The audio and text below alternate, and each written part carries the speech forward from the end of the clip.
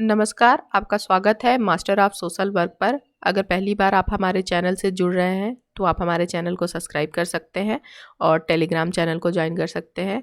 आपको यहाँ पर जो लेटेस्ट अपडेट है सोशल वर्क, पीएचडी रिसर्च, उसके बारे में आपको जानकारी मिलेगी। मेरा नाम मंजरी तिवारी है। मैंने अपना यूजी और पीजी बनारस हिंदू यूनिवर्सिटी से किया है, मास्टर इन सोशल वर्क। और इसके अलावा मैंने 4 सालों तक डेवलपमेंट सेक्टर में काम किया है and net and JRF qualify किया है। तो चलिए स्टार्ट करते हैं आज का वीडियो। चलिए तो बात कर लेते हैं। जो सोशल वेलफेयर एडमिनिस्ट्रेशन है उसके 4 मॉडल होते हैं, जिसमें एक फैमिलियल मॉडल है जिसका मतलब बेसिकली सोसाइटी में जो परिवार है उसका एक महत्वपूर्ण जो रोल है उसके बारे में ये बताता है कि मान लीजिए कोई पर्सन है, मेंबर है सोसाइटी का, तो वहाँ पे जो सबसे पहले उसका सपोर्ट सिस्टम होता है वो राज्य नहीं होगा, वो उसका फैमिली होगा, जिससे सबसे ज़्यादा वो नज़दीक होगा, है ना।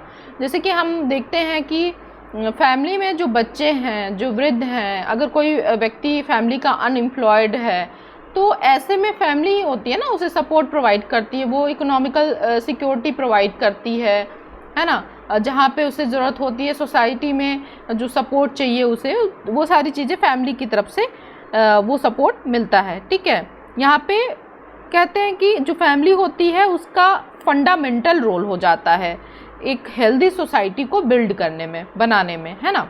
तो यहाँ पे इस मॉडल को कंसीडर किया जाता है। फिर आपका आता है रेजिडुअल वेलफेयर जो आपका मॉडल है ये। तो इस मॉडल के अनुसार कहा जाता है कि जो असिस्टेंस है वो उन लोगों को दिया जाना चाहिए जो एक्चुअल में अपनी जो उनकी फैमिली है या जो उनके जो मैकेनिज़्म है, मतलब जो सोसाइटी का मैकेनिज़्म है उसमें वो जो चीज़ें हैं वो उनको सपोर्ट नहीं कर पा रहे, फेल्योर हो जा रहे हैं। तब ऐसे में जब फैमिली और जो सोसाइटी है वो फेल हो रही है, तब यहाँ पे जो स्टेट है वो सपोर्ट प्रोवाइड करता है ना, या गवर्नमेंट या नॉन गवर्नमेंट ऑर्गेनाइजेशन वहाँ पे सपोर्ट करती हैं जब फैमिली या जो मार्केट है वो फेल्योर हो जाता है। तो यहाँ पे ये निकल के आते हैं। वैसे में कोई स्कीम्स वगैरह जो होती हैं या पॉलिसी कोई है वो सपोर्ट कर रही है, इसका एक बेस्ट उदाहरण है। ठीक है, फिर इसके बाद आता है द अचीवमेंट परफॉर्मेंस मॉडल। अब ये जो मॉडल होता है इसमें बात की जाती है कि जो समाज है उसमें जो स्वास्थ्य है, शिक्षा है, सामाजिक सुरक्षा है, ऐसी जो भी क्षेत्र हैं जिसमें सामाजिक सेवाएं प्रदान की जा रही हैं, सोशल सर्विसेज प्रोवाइड की जा रही हैं, ये इस प्रकार से बनाई जाती हैं कि जो व्यक्ति जितना अपना पार्टिसिपेशन दे रहा है सोसाइटी में, है ना, जितना वो उन चीज़ों में अपना कंट्रीब्यूशन दे रहा है उसके अकॉर्डिंग ही उसे जो भी असिस्टेंस होगा वो प्रोवाइड किया जाएगा। ठीक है, अब इसमें बीमा प्रणाली आ जाती है, मतलब जो बीमा वगैरह, इंश्योरेंस वगैरह जो है वो सारी चीज़ें इसमें आपकी शामिल हो जाती हैं। ठीक है, तो इसके बाद ये हमारा एक मॉडल हो जाता है। फिर आपका आता है द इंस्टीट्यूशनल मॉडल। इसमें ये मॉडल इस पे काम करता है कि जो सर्विसेज होती हैं, जो सेवाएं हैं, है ना, वो सबको प्रोवाइड की जाती हैं। देखा जाता है कि कौन से लोगों को नीड है। अब ये नहीं देखा जाएगा कि वो कितना कंट्रीब्यूट कर रहे हैं, क्या वो कंट्रीब्यूट कर रहे हैं या नहीं। ये देखा जाएगा कि भाई जिसको जितनी ज़रूरत है उस हिसाब से जो उसमें सबसे नीडी व्यक्ति है उसको वो चीज़ें प्रोवाइड की जाए, संसाधन मतलब रिसोर्स हो, चाहे कोई सर्विसेज हो, स्कीम्स के तहत कोई लाभ पहुंचाया जा रहा है ना। तो यहाँ पे जो मेनली जस्टिस पे निर्भर करता है और स्टेट इस ऐसे ही इंस्टीट्यूशन और प्रोग्राम्स को सपोर्ट करता है। ठीक है, यहाँ पे आप देख लेते हो कि किसे ज़्यादा ज़रूरत है और उसी हिसाब से चीज़ें काम करती हैं। रिसोर्सेज उनके पास प्रोवाइड कराए जाते हैं जो ज़्यादा से ज़्यादा लोगों को वेलफेयर पहुँचा सकें। ठीक है, अब इसके बाद आता है सोशल वेलफेयर एडमिनिस्ट्रेशन और पब्लिक एडमिनिस्ट्रेशन। ठीक है, अब ये दो चीज़ें अलग हैं एक दूसरे से, लेकिन कई बार होता है कि हम इसे एक ही मान लेते हैं। जैसे पब्लिक एडमिनिस्ट्रेशन जो होता है वो जो ब्यूरोक्रेटिक मशीनरी है उस पर काम करता है ना। गवर्नमेंट की रिस्पॉन्सिबिलिटी यहाँ पे होती है कि वो जो भी लॉज हैं, मतलब कि जो भी कानून है, पॉलिसी है, मतलब नीतियाँ हैं, ये सारी चीज़ें वो लागू कराए। इसके अलावा जो रेवेन्यू कलेक्शन है और जो लॉ और ऑर्डर है, जो कानून और न्याय है, उसको मेंटेन करने का काम, ये सारी चीज़ें किस तरीके से जस्टिस हो लोगों के साथ, है ना, ये सारी चीज़ें आपकी पब्लिक एडमिनिस्ट्रेशन में आ जाती हैं। ठीक है, जैसे कि आपका रेलवेज और पोस्टल सर्विसेज है। फिर आपका आता है सोशल वेलफेयर एडमिनिस्ट्रेशन। अब ये देखिए यहाँ पे सोशल वेलफेयर एडमिनिस्ट्रेशन जब आता है तो यहाँ पे आपका गवर्नमेंट से हट के भी जो लोग हैं, जो नॉन गवर्नमेंट ऑर्गेनाइजेशन है ना, एनजीओज हैं, नॉन प्रॉफिट ऑर्गेनाइजेशन है, ट्रस्ट वगैरह, ये सारे जो लोग जो कोऑपरेटिव सोसाइटीज़ हैं, ये इसमें शामिल हो जाते हैं, जो कि जो सोशल पॉलिसी होती है मेन आपकी, उसको कैसे इम्प्लीमेंट किया जाए, कैसे उसको सर्विस में प्रोवाइड किया जाए। पॉलिसी बन गई, डॉक्यूमेंटेड, सारी चीज़ें हो गई कि ऐसे लाभ पहुंचाएंगे, लेकिन वो लाभ क्या ग्राउंड लेवल पे लोगों तक पहुंच रहा है जिनको ज़रूरत है? अगर पहुंच रहा है तो क्या वो उतना सफल है? अगर उसमें कोई प्रॉब्लम आ रही है, कोई समस्या आ रही है, तो कैसे उस पॉलिसी को मॉडिफाई किया जाए, है ना, और कैसे जो मार्जिनलाइज कम्युनिटी है, जो ऐसे तबके के लोग हैं जिनको ज़रूरत है, उन तक कैसे पहुंचाया जाए, ये इस पे काम करते हैं। ठीक है, तो ये आपका हो जाता है सोशल वेलफेयर एडमिनिस्ट्रेशन। ठीक है, और इसके बाद अब हम जान लेते हैं इनमें कुछ डिफरेंसेस हैं। ठीक है, जैसे सोशल वेलफेयर एडमिनिस्ट्रेशन जो है, ये एक ऐसा प्रोसेस है जो कि अभी एक बेसिक रूप में चल रहा है ना, अभी स्टार्ट हुआ है, बहुत ज़्यादा ये पहले से नहीं बनाया हुआ है, तो इस पे अभी काम हो रहा है।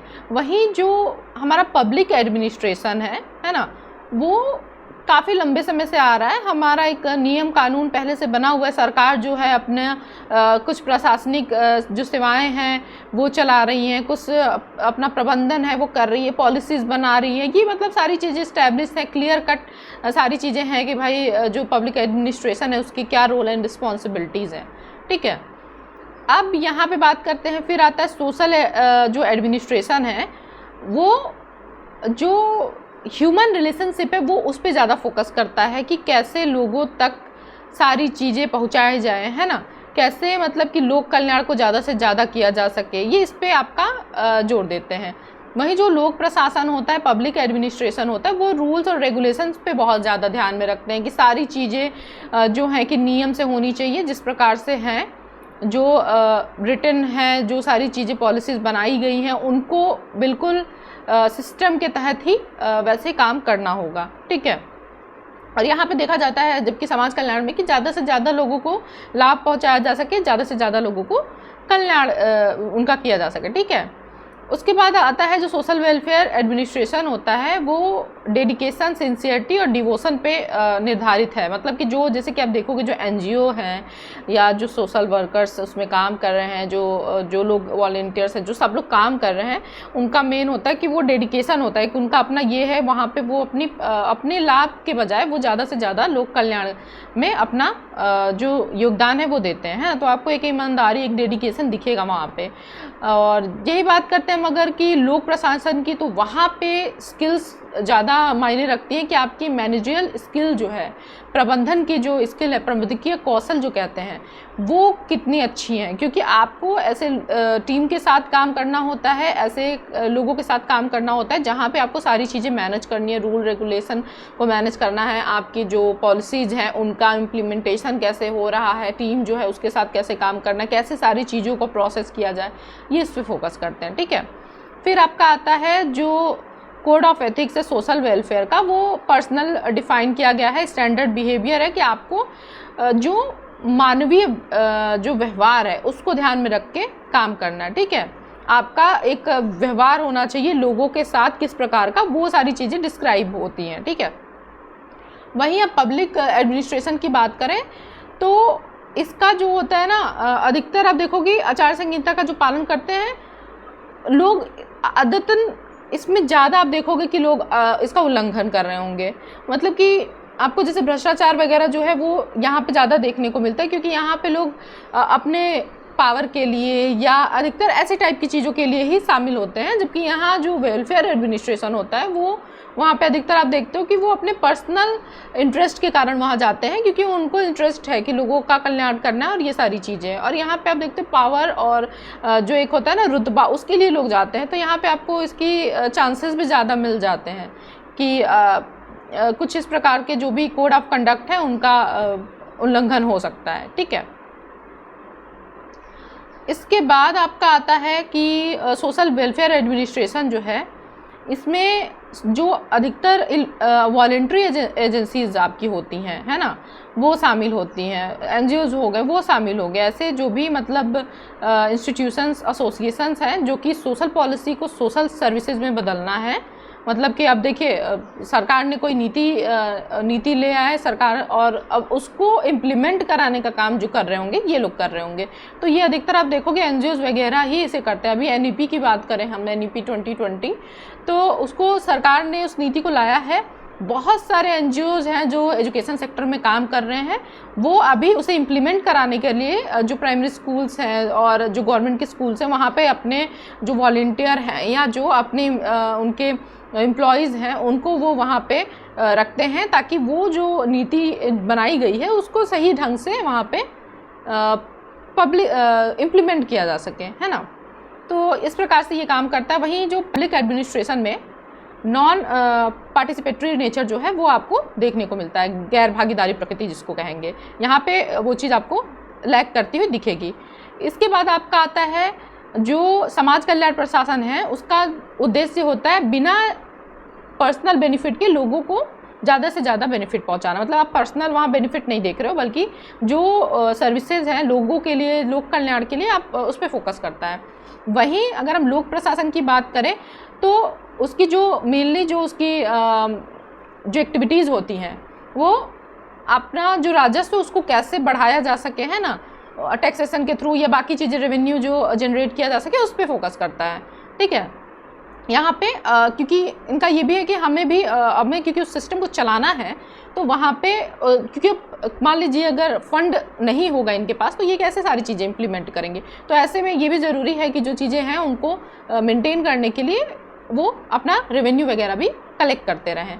ठीक है, इसके बाद जो होता है प्रोग्राम एंड सर्विसेज जो कि सोशल वेलफेयर द्वारा बनाई जाती हैं, वो बेसिकली आपका कम्युनिटी के बेटरमेंट के लिए उनकी नीड को देखते हुए बनाया जाता है कि भाई कम्युनिटी को क्या चाहिए, तो ये इस पे फोकस करता है। वहीं जो पब्लिक एडमिनिस्ट्रेशन है ये डेवलपमेंटल जो प्लान्स होते हैं उसके अकॉर्डिंग उसी हिसाब से डिज़ाइन करते हैं। ठीक है, उसको कैसे बढ़ाया जा सके ये उस पर काम करेंगे कि ज़्यादा से ज़्यादा देश का विकास किया जा सके, है ना। जैसे इसमें सारी चीज़ें शामिल हो जाएंगी आपका कि कैसे हम जो रेलवे ट्रैक्स हैं उनको और ज़्यादा बढ़ाएं, कैसे जो हायर एजुकेशन है उसमें लोगों के जो पार्टिसिपेशन है उसको बढ़ाया जा सके, कैसे डिसेबल लोगों को ज़्यादा से ज़्यादा हम एम्प्लॉयड कर सकें, उनको कैसे सुविधाएँ प्रदान करें कि वो लोग ज़्यादा से ज़्यादा पार्टिसिपेट करें, सबका डेवलपमेंट हो, सबका विकास हो, उसको ध्यान में रखते हुए ये सारी चीज़ें, अब इसमें सारी चीज़ें आ जाएंगी आपकी इंफ्रास्ट्रक्चर से लेके सब कुछ। तो ये हमने आज जाना कि 4 प्रकार के मॉडल हैं, वो कौन कौन से मॉडल हैं हमने डिस्कस कर लिए। इसके अलावा जो पब्लिक वेलफेयर एडमिनिस्ट्रेशन है और सोशल वेलफेयर एडमिनिस्ट्रेशन है और पब्लिक एडमिनिस्ट्रेशन है, इसमें क्या डिफरेंसेस हैं, कैसे ये एक दूसरे से अलग हैं, ये सारी चीज़ें हमने आज डिस्कस कर ली हैं। अगर आपको हमारा ये वीडियो अच्छा लगा तो लाइक करिए एंड अपने फ्रेंड्स के साथ भी शेयर करिए, और अगर अब तक आपने हमारे चैनल को सब्सक्राइब नहीं किया है तो चैनल को सब्सक्राइब करिए and thank you for watching.